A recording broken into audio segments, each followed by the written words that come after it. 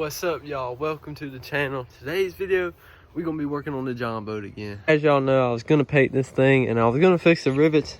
Well, I had a leak in the front I found, and upon doing that, I fixed it and I decided to try and weld a few of the rivet holes. And guess what?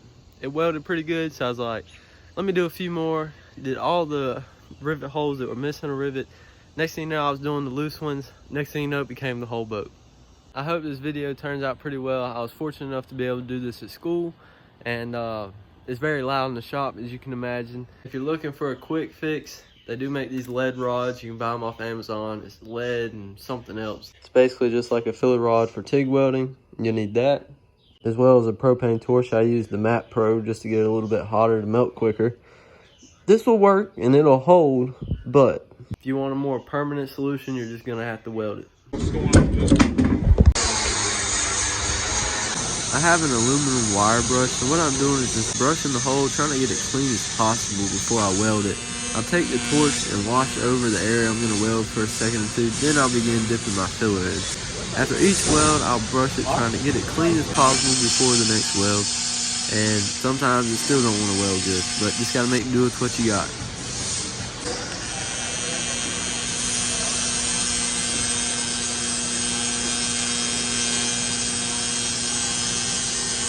With aluminum, you just don't want to stop welding. You want to slowly back off that foot pedal while circling it to keep from getting a crater in your weld.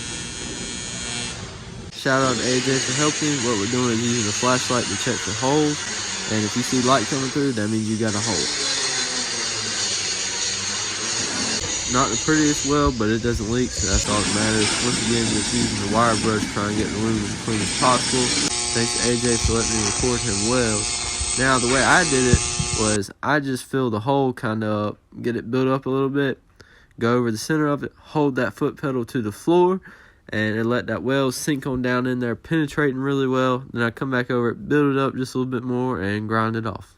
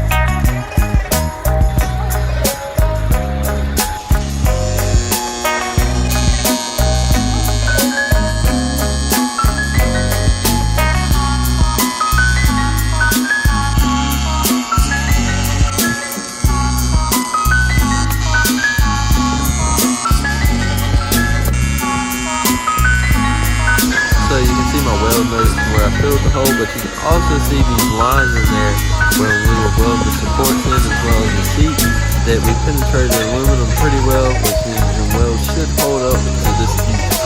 Here's where I had a crack in the trenches from the mud motor, and this crack right here, I ended up grinding it out a little bit and pushing it together with the board. And here's a piece I'm going to end up cutting out because it was destroyed, and we're just going to weld it back in, grind it, and make it look like it never even happened.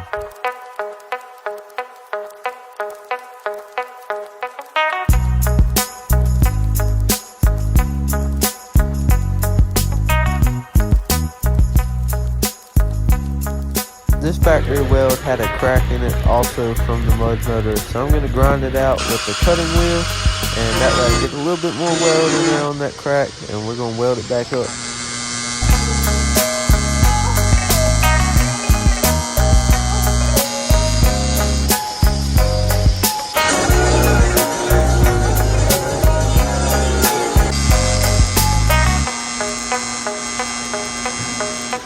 May as well call me Allstate, because it's like it never even happened.